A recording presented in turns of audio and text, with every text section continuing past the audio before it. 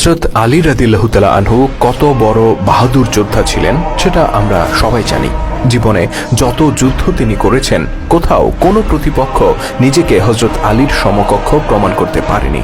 স্বয়ং আল্লাহর নবী তার এই বাহাদুরির স্বীকৃতি স্বরূপ তাকে উপাধি দিয়েছিলেন আসাদুল্লাহ, অর্থাৎ আল্লাহর সিংহ। আল্লাহর এই সিংহের মুখোমুখি হওয়ার মানে ছিল মৃত্যুর মুখোমুখি হওয়া, যে কারণে যুদ্ধের ময়দানে হযরত আলী রাদিয়াল্লাহু তাআলা আনহুর মুখোমুখি হওয়ার সাহস খুব কম লোকই পেত।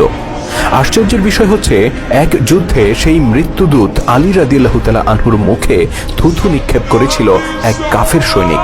কথাটি শুনে আপনি হয়তো খুব অবাক হয়েছেন, কিন্তু আমি নিশ্চিত করে বলতে পারি এই ঘটনার প্রতিক্রিয়ায় আলী রাদিয়াল্লাহু তাআলা আনহু সেদিন যেটা করেছিলেন সেটা জানার পর আপনি এর চেয়েও অনেক বেশি অবাক হবেন। তিনি এমন একটি কাজ সেদিন করেছিলেন যেটা শুধু মুসলিম জাতির ইতিহাসে নয়, গোটা মানব জাতির ইতিহাসে একটি বিরল ঘটনা। অন্তত আমি ব্যক্তিগতভাবে এরকম দ্বিতীয় কোনো ঘটনার দৃষ্টান্ত ইতিহাসে খুঁজে পাইনি। কি ছিল সেই বিস্ময়কর ঘটনা? কে ছিল সেই নরাধম যে আল্লাহর সিংহের সাথে এতটা স্পর্ধা দেখানোর সাহস পেল? কি কারণেই বা সে এমন আচরণ করেছিল? ইনশাআল্লাহ সম্পূর্ণ ঘটনা তুলে ধরব আজকের পর্বে। ভিডিওর শেষ পর্যন্ত থাকুন আমাদের সাথে। এটা ছিল খন্দকের যুদ্ধের ঘটনা। কুরাইশ নেতা আবু সুফিয়ানের নেতৃত্বে 10,000 সৈন্যের সম্মিলিত কাফের বাহিনী মদিনাকে ধ্বংস করতে ছুটে আসে, কিন্তু শহরে প্রবেশ করার আগেই তারা দেখতে পায় মদিনার চারপাশে পরীক্ষা খনন করে বিপরীত প্রান্তে দাঁড়িয়ে আছেন মুসলিম যোদ্ধারা। মুসলিমদের প্রতিরোধ এড়িয়ে এই খন্দক পার হওয়া অসম্ভব ছিল, কিন্তু এই অসম্ভবের মধ্যেই খানিকটা সম্ভাবনার আশা জাগায় পরীক্ষার একটি অংশ। ওই অংশে পরীক্ষাটি ছিল খানিকটা সরু। বিষয়টি সবার আগে চোখে পড়ে আবু জাহেলের পুত্র ইকরামার। ইকরামা তখনও ইসলাম গ্রহণ করেননি। তার নেতৃত্বে কুরাইশ কাফিরদের একটি দল পরীক্ষার ওই অংশটি পার হয়ে যায়। এই দলটির মধ্যে একজনের নাম ছিল আমর ইবনে আবদ ওদ। সে ছিল দৈত্যের মতো বিশাল দেহের অধিকারী, একই সাথে সাহসী যোদ্ধা। জাহিলি যুগে কোনো দ্বৈত যুদ্ধে সে পরাজিত হয়নি। কুরাইশরা বলতো আমর একাই 500 অশ্বারোহীর সমান। তার ব্যাপারে আরো বলা হয়ে থাকে, সে জীবন্ত ঘোড়াকে দুহাতে উপরে তুলে মাটিতে আছড়ে ফেলতে পারত, আর একটি বাছুরকে বাম হাতে তুলে ঢাল হিসেবে যুদ্ধের ময়দানে ব্যবহার করতে পারত। এরকম আরো বহু গল্প তার ব্যাপারে প্রচলিত আছে। তো পরীক্ষা পার হয়ে আমর লোকটি তর্জন গর্জন শুরু করে দেয়। সে সাহাবীদেরকে দ্বৈত যুদ্ধের আহ্বান জানিয়ে বলে, তোমাদের মধ্যে কে আছো যে আমার সাথে লড়াই করবে? তার এই আহ্বানে মুসলিম বাহিনীর পক্ষ থেকে কোনো সাড়া আসে না, কেননা আমরকে মোকাবেলা করার 4টেখানি কথা ছিল না। লোকটি তখন অবজ্ঞার সাথে বলে, আজকে তাহলে তোমাদের ইসলামের কি হবে, আর তোমাদের রসুলেরই বা কি হবে? তার এমন বিদ্রূপ বাক্য শুনে হযরত আলী রাদিয়াল্লাহু তাআলা আনহু ক্ষিপ্ত হয়ে ওঠেন। তিনি রাসূল সাল্লাল্লাহু আলাইহি সাল্লামের কাছে গিয়ে আমরকে মোকাবেলা করার অনুমতি চান, কিন্তু আল্লাহ নবী বলেন, নিবৃত হও আলী, এ যেন তেন লোক নয়, এ হচ্ছে আমর। অগত্যা আলী রাদিয়াল্লাহু তাআলা আনহু তার নিজের জায়গায় ফিরে যান। লোকটি পুনরায় রাসূল সাল্লাল্লাহু আলাইহি সাল্লামকে নিয়ে ব্যঙ্গ করলে আলী রাদিয়াল্লাহু তাআলা আনহু আবারও অনুমতি প্রার্থনা করেন, কিন্তু এবারও রাসূল সাল্লাল্লাহু আলাইহি সাল্লাম তাকে বিরত করেন।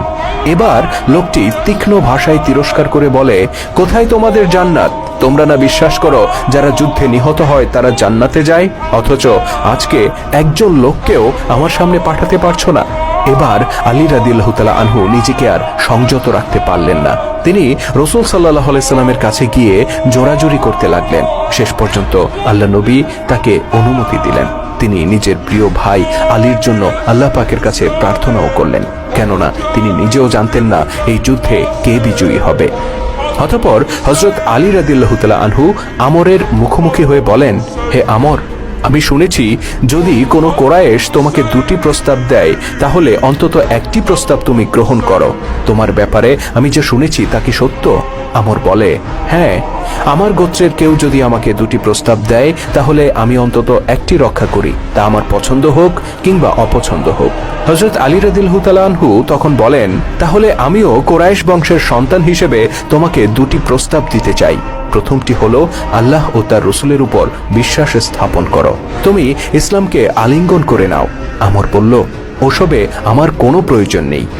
হযরত আলী রাদিয়াল্লাহু তাআলা আনহু তখন বললেন, তাহলে দ্বিতীয় প্রস্তাব হচ্ছে আমার সাথে যুদ্ধ করো। আমর লোকটি ছিল হযরত আলী রাদিয়াল্লাহু তাআলা আনহুর চেয়ে বয়সে অনেক বড়। আলী রাদিয়াল্লাহু তাআলা আনহুর পিতা আবু তালিবের সাথে তার সুসম্পর্ক ছিল। সেই সম্পর্কের কথা স্মরণ করে আমর বলল, ভাতিজা, আমি তোমার সাথে যুদ্ধ করতে চাই না। আমি চাই না আমার তরবারির আঘাতে তোমার মৃত্যু হোক। আলী রাদিয়াল্লাহু তাআলা আনহু তখন বললেন, কিন্তু আমি চাই আমার তরবারির আঘাতে তোমার মৃত্যু হোক। একথা বলেই তিনি ঘোড়া থেকে নেমে আসেন। আমরও তখন নিজের ঘোড়া থেকে নেমে এসে আলী রাদিয়াল্লাহু তাআলা আনহুর মুখোমুখি হয়। আমরা আগেই বলেছি, আমর লোকটি এর আগে কোনো দ্বৈত যুদ্ধে পরাজিত হয়নি। যুদ্ধের ময়দানে তার শক্তি, সামর্থ্য আর কৌশলের কারণে তাকে শত্রু মিত্র নির্বিশেষে সবাই সমীহ করে চলত। এদিকে আলী রাদিয়াল্লাহু তাআলা আনহুও ছিলেন একজন অপরাজেয়, অপ্রতিরোধ্য যোদ্ধা, যে কারণে এই দ্বৈত যুদ্ধটি ছিল শেয়ানে শেয়ানে লড়াই, অনেকটা আজকের যুগের হেভিওয়েট চ্যাম্পিয়নশিপের মতো। উভয় পক্ষ রুদ্ধশ্বাসে এবং একই সাথে মুগ্ধ দৃষ্টিতে দুই লড়াকু যোদ্ধার রণকৌশল দেখতে থাকে। বেশ কিছুক্ষণ ধরে চলতে থাকে সমানে সমানে লড়াই। অতঃপর হঠাৎ করেই হযরত আলী রাদিয়াল্লাহু তাআলা আনহু এমন একটি কাণ্ড করে বসেন যা দেখার জন্য কেউ প্রস্তুত ছিল না। তিনি নিজের ঢাল, তলোয়ার সবকিছু মাটিতে ছুঁড়ে ফেলে শূন্যে লাফিয়ে ওঠেন এবং প্রচণ্ড শক্তিতে আমরের বুকে একটি লাথি বসিয়ে দেন। প্রকাণ্ড দৈত্যের মতো লোকটি মাটিতে ছিটকে পড়ে যায়, আর আলী রাদিয়াল্লাহু তাআলা আনহু তার বুকের উপর বসে গলা চেপে ধরেন।